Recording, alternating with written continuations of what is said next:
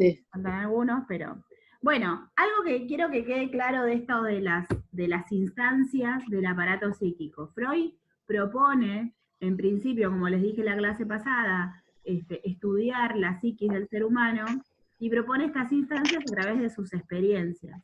Luego va a seguir estudiando él en esto de que encontró en estas mujeres histéricas, en estas mujeres que tenían enfermedades y no se sabía, no se encontraba el origen de esas enfermedades, encuentra él el origen mucho en lo sexual, porque la sexualidad era un tema tabú, esto que yo les hablé la clase pasada. Entonces, él va a seguir estudiando la sexualidad en cuanto a desarrollo en el individuo. Y él dice, propone toda una teoría de que la sexualidad se inicia desde el primer minuto de vida, o sea, hay diferentes etapas del desarrollo psicosexual. Y todo está entrelazado. También estudia él la personalidad del individuo, cómo se va formando, cómo se va estructurando, y en esto de empezar a estudiar la personalidad y al niño, o sea, al sujeto desde el inicio, desde la niñez, y las fases psicosexuales y demás, conforma lo que se llama la segunda tópica de Freud, la segunda tópica del aparato psíquico de Freud, que va a explicar cómo se forma la personalidad del individuo. Entonces, la segunda tópica es yo y super yo. Y es lo que vamos a anotar ahora. Van a poner primero, en busca de estudiar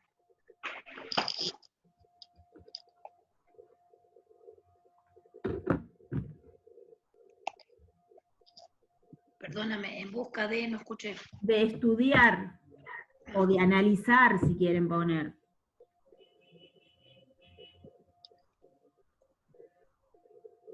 cómo se estructura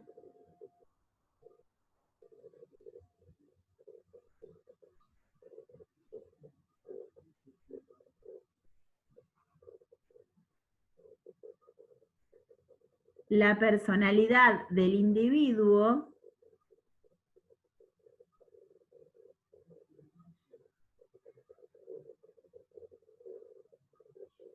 coma, Freud propone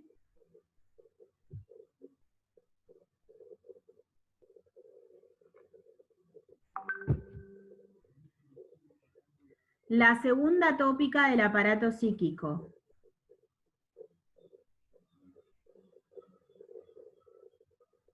Algo me dice Fernando. Ah, está trabajando. Bueno, no importa. Después lo ve. Punto seguido. Este aparato psíquico está dividido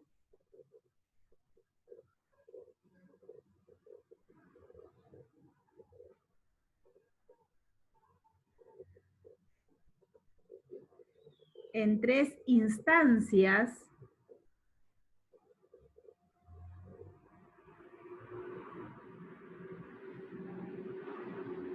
Dos puntos.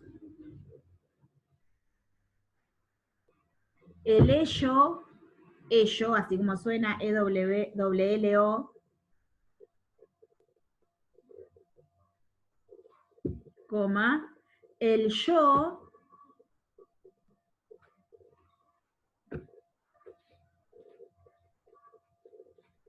y el super yo.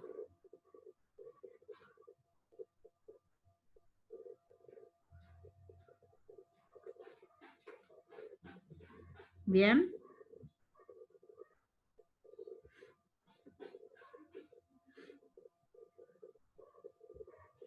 Esperen que me perdió el apunte.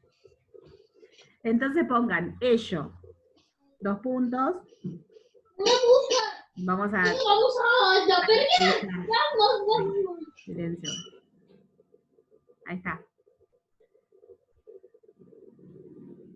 Ello, dice, dos puntos. Residen todos nuestros impulsos instintivos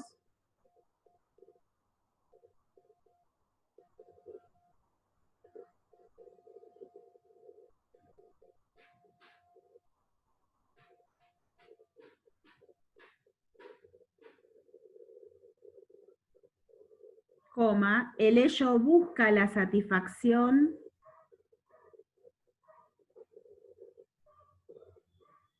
inmediata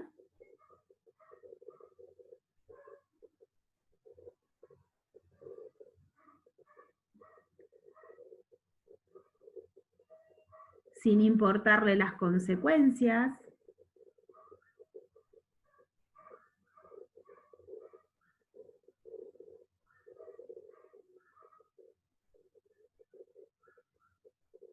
coma, el ello evita el dolor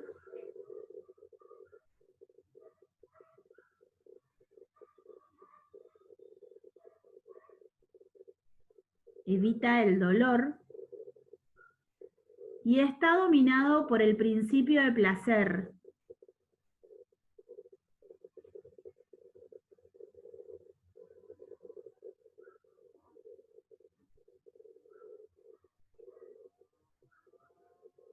Dominado.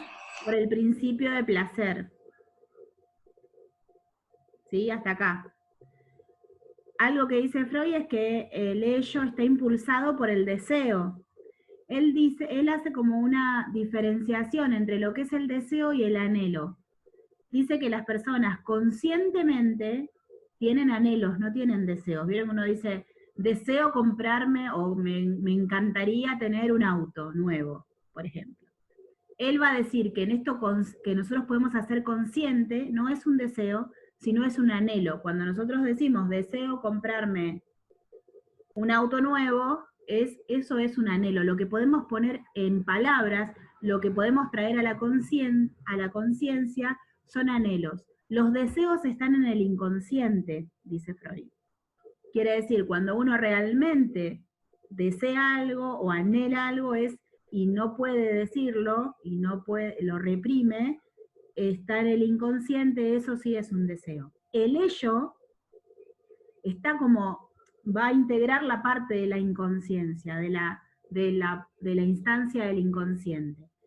La segunda tópica de Freud, esto del ello, el yo y el superyo, no va a anular la primera, que es el inconsciente, el preconsciente y el consciente, sino que va a sumarse a la primera, ¿sí?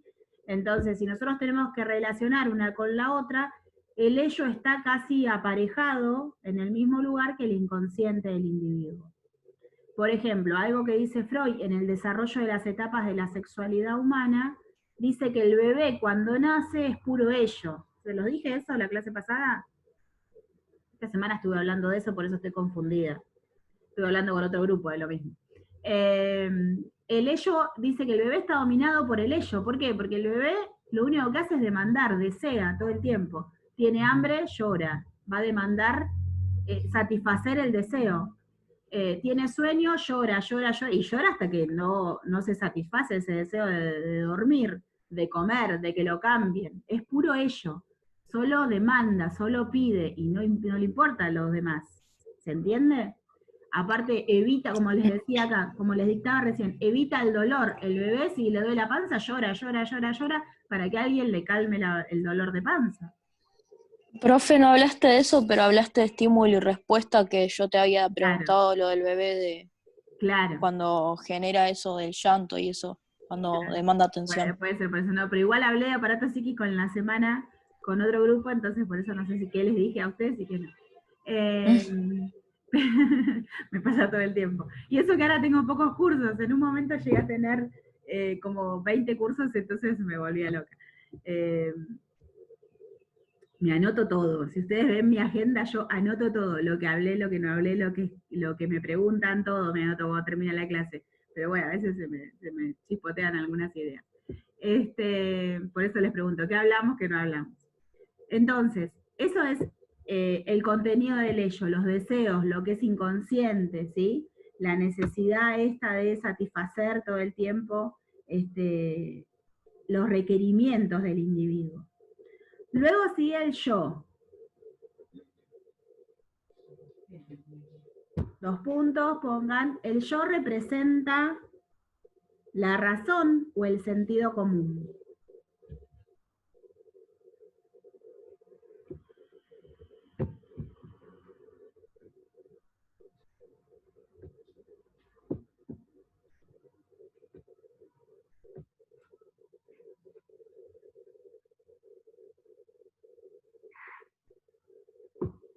punto seguido, se rige por el principio de realidad,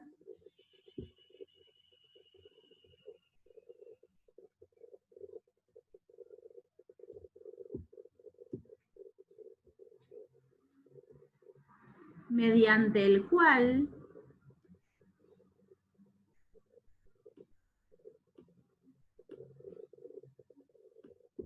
se puede equilibrar la personalidad.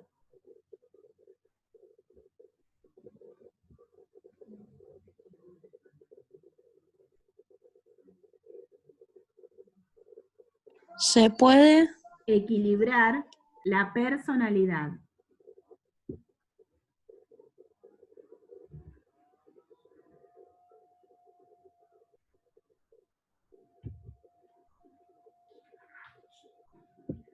Y si ustedes lo relacionan con la primera tópica, es muy parecido a lo que dice del consciente. También se rige por el principio de realidad. ¿Sí?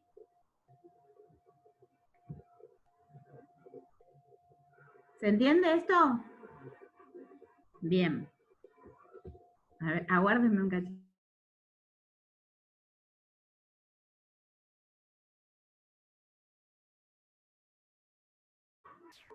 Perdón, luego sigue el super yo. ¿Qué es esto del super yo? No es un gran yo, ¿eh? Es otra instancia. Y Freud va a decir que este super yo, tanto como el yo también, se estructura gracias a la interacción con el medio, con el entorno primario, ¿sí? El yo de un individuo se va a estructurar, el yo, estoy hablando del yo, no anoten nada, el yo del individuo se va a estructurar si hay otro que lo reciba en el mundo y lo socialice, ¿sí? Y aparte le dé, ahí está Luis, le dé la oportunidad de individualizarse, de ser de una persona separada de la otra. El bebé cuando nace, también lo dice Winnicott, el bebé cuando nace es uno solo con la madre, porque ha estado 9 meses dentro del vientre de su madre y hay un apego que es natural, que no se puede separar de su mamá. El que viene a cortar con ese apego es un tercero. ¿Cuál es el tercero entre el bebé y la mamá? El papá, que viene a cortar con el apego. Eso es lo que dice Winnicott. Pero es necesario ese desapego, como el destete, por ejemplo, que también cumple función de desapego, sacar al bebé en un tiempo determinado de dejar de tomar la teta, porque entonces el bebé, el sujeto, internaliza que no es una sola persona con su madre, que es otra persona, porque es necesario que estructure su yo, su personalidad.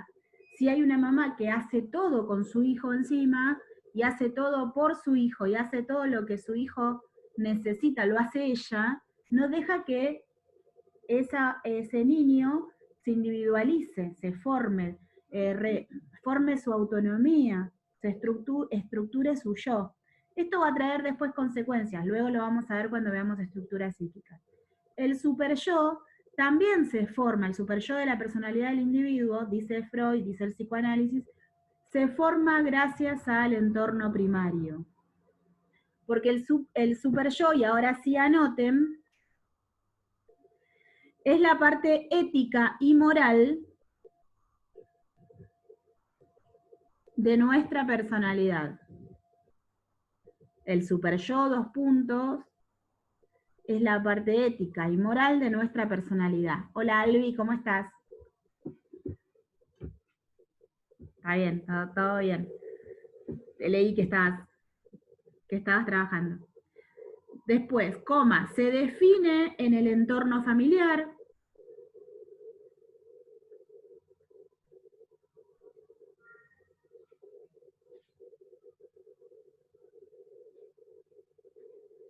Y su objetivo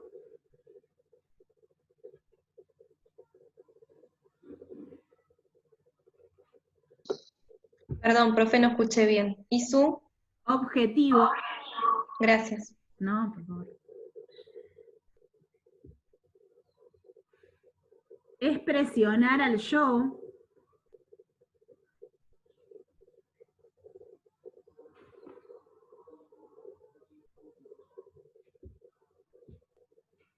y aún más al ello.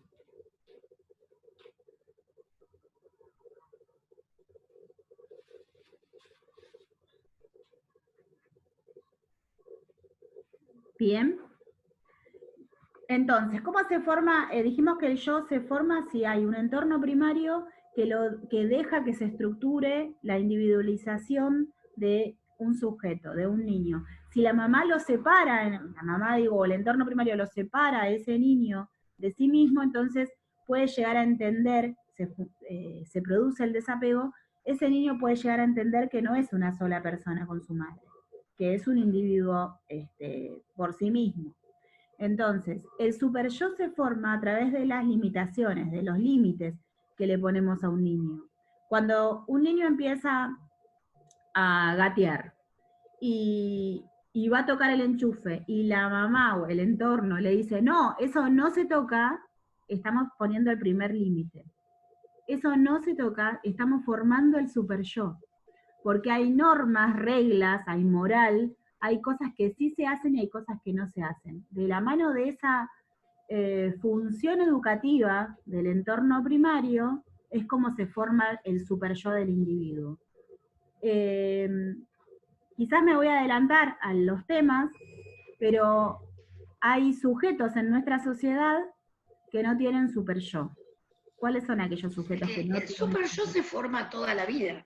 Sí, se forma toda la vida, se inicia en la niñez, pero se forma toda la vida. Ahora, hay sujetos en nuestra sociedad que no tienen super yo, que nosotros podemos decir a simple vista y sin saber nada de psicología que no tienen super yo.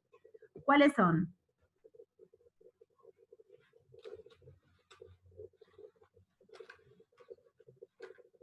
¿No? Los delincuentes, ¿sí? Los violadores, no tienen. Sí, yo pensé en los delincuentes también. Claro. Digo, no lo dije porque estaba el micrófono apagado, sí. Porque no tienen límites, ¿sí? Hay algo del delincuente que es una falta de límites. Te silencio, Reggie, porque se escucha mucho ruido, si no. Hay algo del delincuente que tiene que ver con la falta de respeto hacia el otro ser humano. Y eso es la falta de límites, desde la niñez y en toda su estructura, en todo su desarrollo, ¿sí? Ya vamos a ver, otra vez digo, por eso decía, me adelanto a los temas, cuando veamos estructuras psíquicas, eso es en la perversidad, que es una de las estructuras psíquicas, no hay un super-yo formado. Porque un violador es una patología que tiene, porque nunca se recupera. Claro, sí, para la psiquiatría es una patología, ¿sí? Es una patología la perversidad. Para el psicoanálisis es una estructura psíquica, es un modo de ver el mundo. La estructura psíquica es eso, un modo de ver el mundo. Es como los anteojos que me pongo para ver el mundo, para percibir mi entorno. ¿Sí? Es una estructura psíquica, la forma en que la persona se estructura en su personalidad. Bueno, eso hace o caracteriza al perverso, que no tiene un super yo formado. Y ya vamos a ver por qué cuando lleguemos a ese punto. Si no me adelanto. Algo que pongo como ejemplo de esto del super yo, del ello y el yo, perdonen, para poder entender, es, por ejemplo, es esta situación. Yo entro a un local de fundas de celulares, ¿sí? Y entonces le digo a la vendedora, o sea, ahí en Lomas que hay una galería de todas de celulares, y le digo a la vendedora, necesito una funda para mi celular. Entonces busca y me trae 4 o 5 fundas.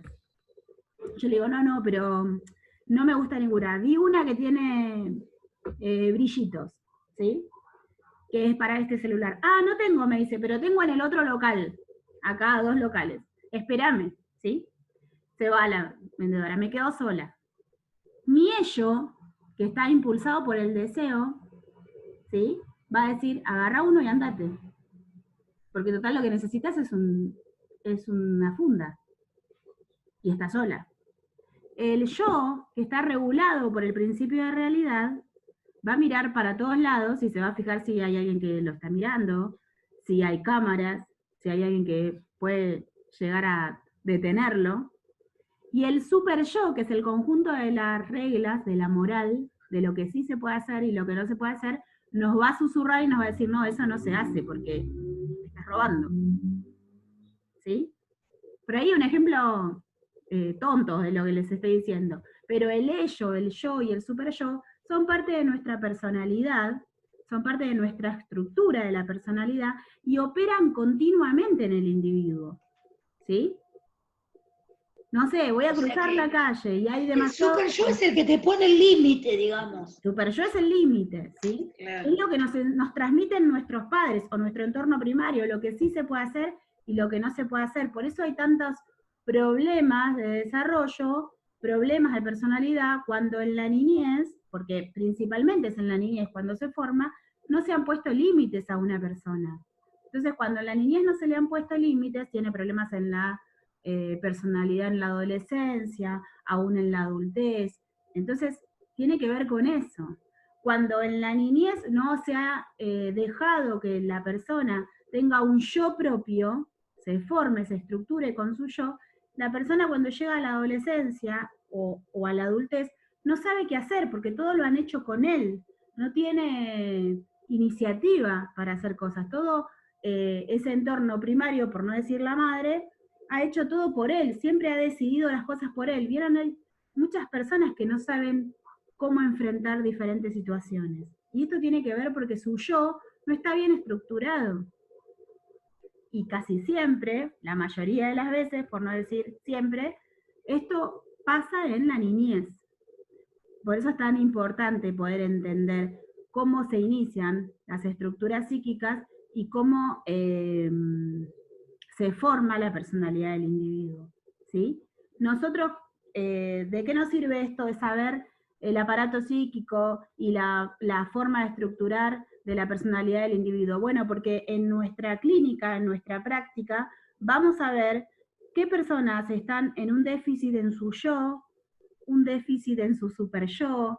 Nos vamos a dar cuenta cuando nuestro paciente no ha, y hasta lo vamos a comprobar después sabiendo sobre su historia personal, cómo es que se ha ido formando esa persona y cuáles fueron los déficits, los problemas que tuvo en su niñez que le están trayendo problemas aparejados en la vida adulta. Para poder entender esa relación es que estamos estudiando esto, ¿sí? No quizás para analizarlo ni hacernos los psicólogos, sí, decirnos, no, porque vos tenés un problema en el super yo, no es esa la idea. La idea es poder determinar, observar, y poder determinar cuál es el déficit que tiene nuestro paciente, y después poder trabajar en un equipo donde hay diferentes profesionales, donde va a haber psicólogos, psiquiatras y demás, y entender el vocabulario, es decir, cuando el psiquiatra dice, no, lo que pasa es que acá hay un problema de desarrollo de estructura en la niñez, sabemos de lo que está hablando el acompañante terapéutico, más allá de que no sea un profesional que estudió 4 o 5 años, tiene que tener una noción de los términos que se hablan en psiquiatría y en psicología. Por eso estamos hablando de esto. ¿Está bien?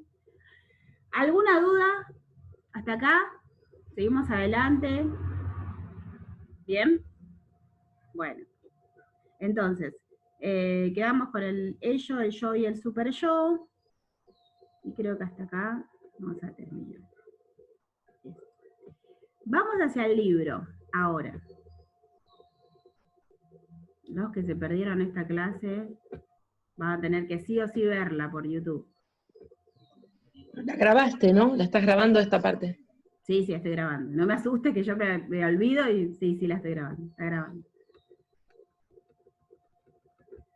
Bien, después el libro habla de ramas o campos de la psicología, eso se los voy a dar después como tarea. No voy a detener acá.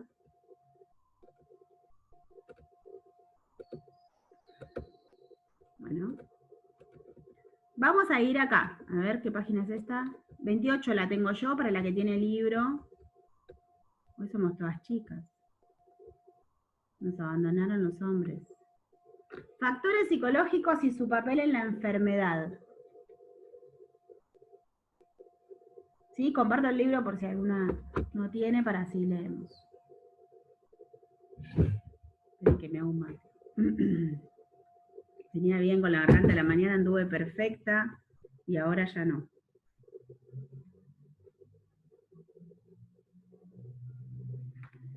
Dice, en el terreno de la psicología aplicada al campo de la salud, se ha comenzado a hacer una diferencia entre estar y ser enfermo. Se consideraba tradicionalmente que un agente externo producía el estado de enfermedad, pero ahora se sabe que intervienen otros aspectos además de los puramente biológicos, e incluso se habla de que se puede aprender a estar enfermo. En este trabajo, cierro esto, otra vez me quedan 10 minutos, en este trabajo se revisan los diversos factores psicológicos que se han relacionado con la enfermedad física. ¿Qué quiero que veamos hoy? Que veamos con esto. Esta diferencia que hay entre estar enfermo y ser enfermo. Hasta que la psicología no se metió en el terreno de la salud, es lo que dice el libro,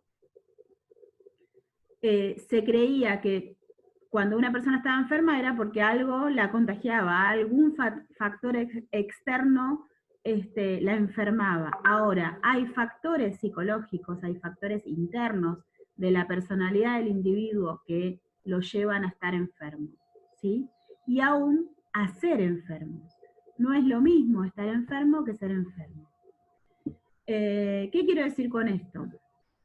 Yo me puedo enfermar porque me agarró el virus del COVID, me contagié y estoy enferma, ¿sí?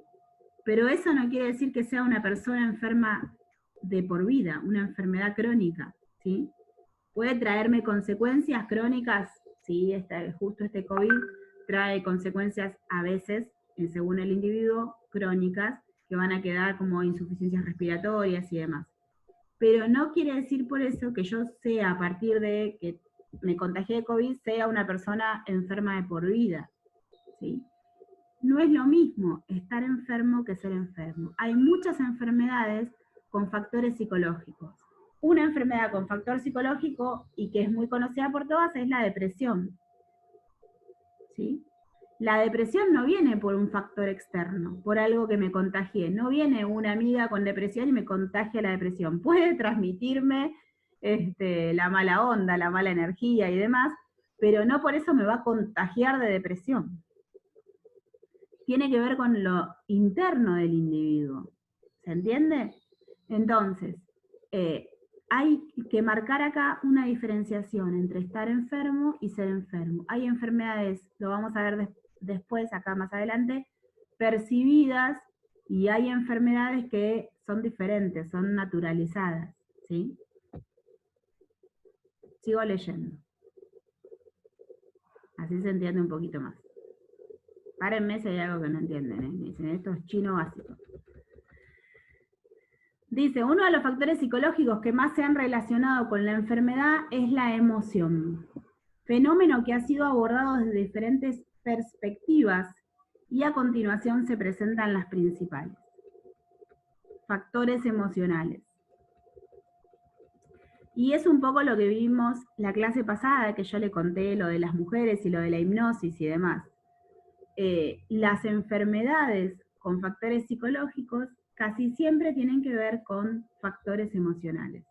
Dice, voy a leer acá, esto no porque es historia. Acá.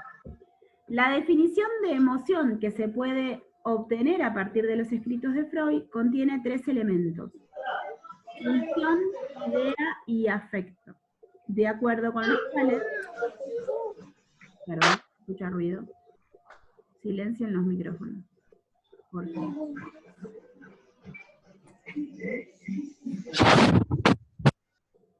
Ahí está. Una emoción es en ella misma una pulsión esencialmente inconsciente. Acá apareció un término que no habíamos visto, pulsión. ¿Qué es pulsión? Pongan ahí en un costadito. Pulsión es una energía psíquica. Pulsión, el psicoanálisis habla de las pulsiones. Y las pulsiones son energías psíquicas, energía que viene del inconsciente y que se desplaza hacia el consciente.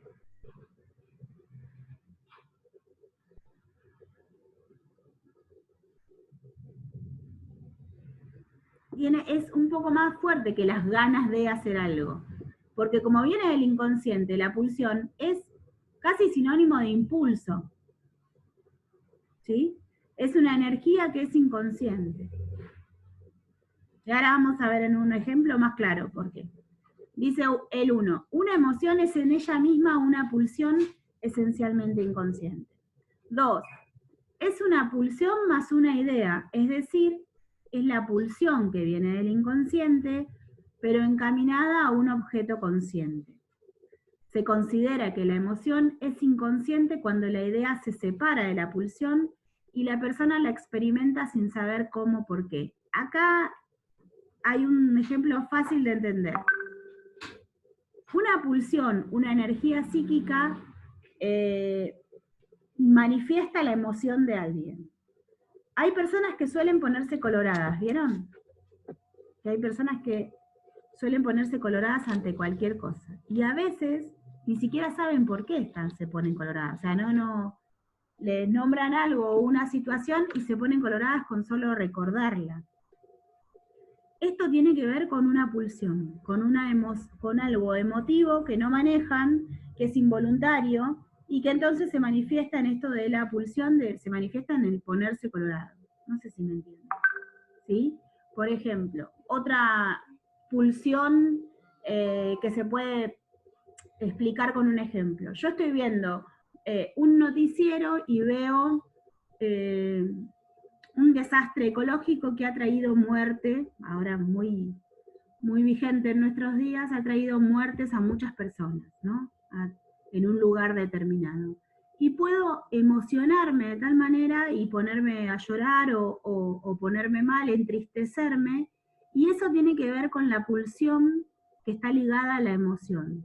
Y uno dice, pero a mí no me toca, no tiene que ver conmigo. Sin embargo, el ser humano, que es empático por naturaleza, tiene que tener un factor empático, se pone en el lugar de esa gente, y no es que uno dice, ay, si yo estuviera ahí, ay, pobre gente, y empieza a imaginarse situaciones. Sin embargo, el verlo nada más trae una emoción al individuo. No es que digo, voy a ver el noticiero para ponerme a llorar, pero muchas veces veo el noticiero y me pongo a llorar por cosas que pasan, que no tienen nada que ver conmigo. Y eso tiene que ver con la emoción. Y la emoción no es algo que podemos manejar. Nos emocionamos cuando escuchamos una canción y nos toca alguna parte de nuestra personalidad. Nos emocionamos. Ahora, no nos ponemos a escuchar música para decir, bueno, vamos a llorar. ¿Se entiende? Esto tiene que ver que... Sí.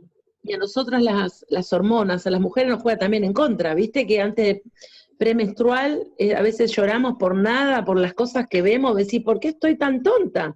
Claro, también bueno, en la cuota del hormonal, la cuota del hormonal en nosotros, pero en el sujeto en sí, sí, hombres, mujeres, la emoción es parte de la pulsión en sí misma, una pulsión inconsciente, algo que uno dice, no me puedo poner a llorar por esto, sin embargo, me emocioné de tal manera que me llegó a las lágrimas, ¿sí? No sé o si sea que no está relacionado con algo que le pueda pasar a uno. No siempre está relacionada la emoción. Porque viste que siempre, ¿sabés? Cuando vos hablabas yo decía, será cuando uno dice, uy, hice catarsis, pero no es eso. No siempre, ¿sí?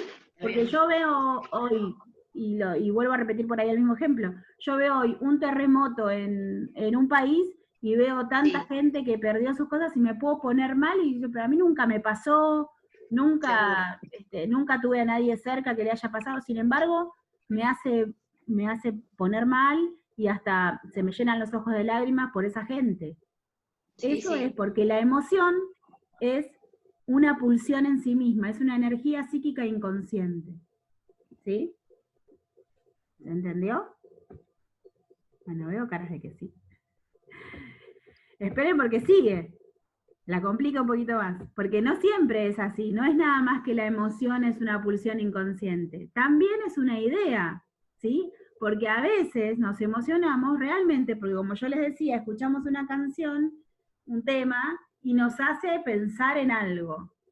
Entonces, se liga la emoción, la pulsión psíquica, la pulsión inconsciente, que es una emoción, se liga a una idea, se relaciona con la idea y hace emocionar a la persona. La emoción es como muy compleja en sí, es un sentimiento complejo, es algo que sentimos, y que y muchas veces no podemos detener, y justamente es un afecto, no me sale, un sentimiento muy complejo, porque muchas veces ni lo pensamos, es energía sola que nos sale. Otras veces está relacionado con una idea, ¿sí? Con algo que nos hace recordar. Escuchamos un tema y nos hace recordar a una situación